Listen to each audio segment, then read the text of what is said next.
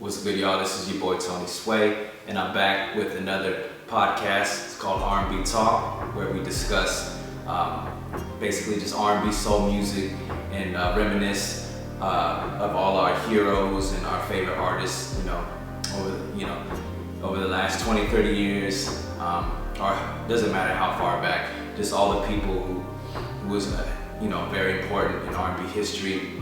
And so let's do it. Today, we're going to tribute this podcast to Sade, the amazing music of Sade and her legacy. Got the guitar. I got the guitar just for the aesthetic, just to set that tone. But where do we start? Like, Sade is a legend. She's a legend in the R&B soul category. And her music to me has always been also jazz as well. It's like R&B soul and jazz at the same time. Contemporary jazz. Like, I used to hear it like when I'd go out with my parents. Like they play in the restaurants, like that cafe soul type stuff. But anyways, like, man, I just remember growing up and turning on MTV and seeing like the Ordinary Love video and being like, man, how's she in the water like that? I remember when I was a kid, I just used to be like, man, how's she in the water like that? Like, I was young back then, so I wasn't checking for the music yet. I fell in love with the music as I got older, but when I was younger, I'd come back in, from playing baseball or something, flip on MTV, and I'd watch that video, and I'd always be like wondering, man, how they film that in the water? Like, that's crazy. Like, when she was like a mermaid and stuff. I always thought that was like dope. But that song was so catchy, like the hook and the pre-hook, the hook. The way that they wrote that song, it's like every part of it is like a hook almost, like, because the melody is so catchy throughout. You know what I mean? From the pre-hook has that melody that's like, didn't I tell you what I believe? Like that pre-hook. Somebody say that. Like, it just catches you, and then when it comes in, it goes, this is no ordinary love, and it catches you throughout. And there's like these little guitar riffs. I think it's like right before the hook drops. It's just like it just. It's like a laid-back song, you know what I mean? But it has all these parts that kind of like build up. They create that anxiety, and it's like, to me, that's like it's like one of the most perfect songs ever made, if that's even possible. It just has every element. It has so many elements that make a great song.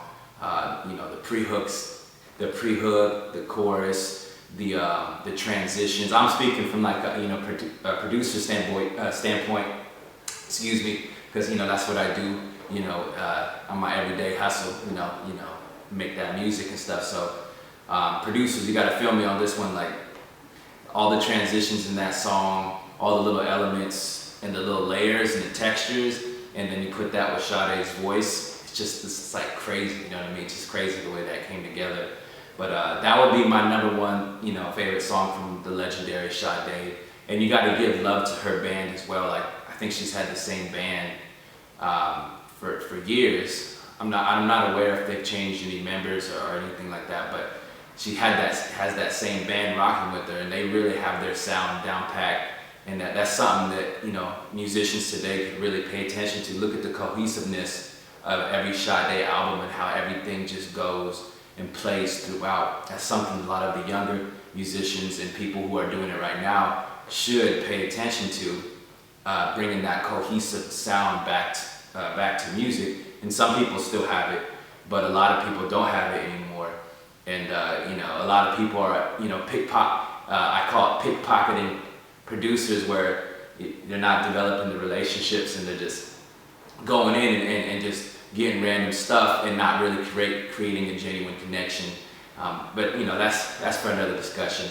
But I just want to say that, like, Sade does that really well with her band. They have a cohesive sound, and everybody is on that. It's like they're all on that same vibe together. They catch that vibe, and they just ride it all the way through, and you can really hear it in the music, especially on a song like Ordinary Love. Excuse me, I'm burping over here, but yeah, it's just incredible. But she has so much music. It's not just that song.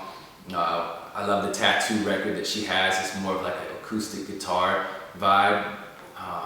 It's just, then it just puts you in that zone where you kind of just want to ride off into like some kind of like, you know, LA sunset or something. You know, it just has that vibe to it. Man, and then another thing that Sade did great as well, she always kind of remained mysterious. You never really knew too much about her. And that's another thing artists can learn from today, is that element of keeping somewhat of your life private, and how that makes people actually gravitate towards you. Because we live in this generation of everybody wants to put everything out there, but if you overdo it, you also become, people get bored with you because they know too much. So like Sade was a master of you know, only letting people know so much, and then she's kind of like, every time I see people talk about her, they're always saying how mysterious and how like it's almost like she's not real. I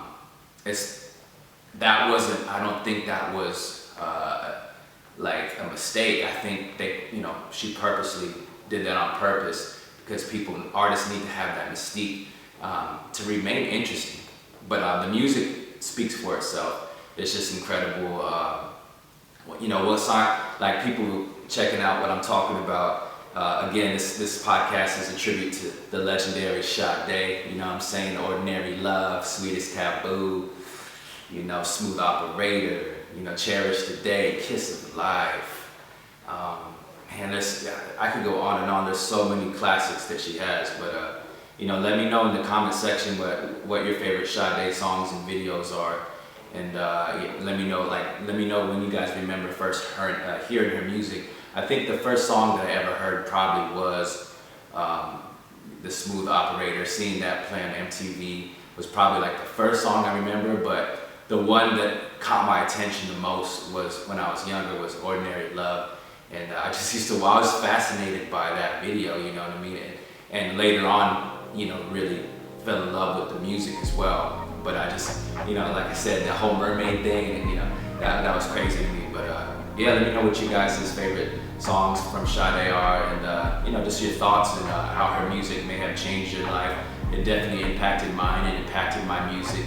Obviously, you can see if you go to my website, a lot of my tracks, I try to pay tribute in my instrumentals to that sound, or I try to get at least close to it. I don't think anybody can really get that sound on the way, but you know, I just do my little tributes, you know what I mean?